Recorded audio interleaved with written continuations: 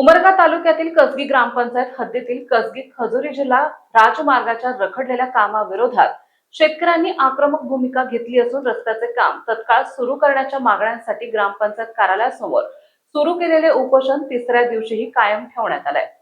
सार्वजनिक बांधकाम उपविभाग उमरगा यांच्या निगराणीखाली असलेल्या या रस्त्याची अत्यंत दुरावस्था झाली असून नागरिकांसह शेतकऱ्यांना मोठ्या अडचणीचा सामना करावा लागत आहे। विशेषतः शेतमाल वाहतूक, विद्यार्थ्यांचा प्रवास तसेच दैनंदिन ये जा करताना नागरिकांना मोठा त्रास सहन करावा लागत असल्याने ग्रामस्थांमध्ये तीव्र नाराजी पसरली आहे।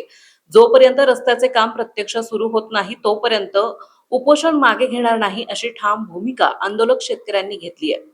त्यामुळे प्रशासनाने तातडीने दखल घेऊन प्रश्न मार्गी लावावा अशी मागणी ग्रामस्थांकडून होत आहे।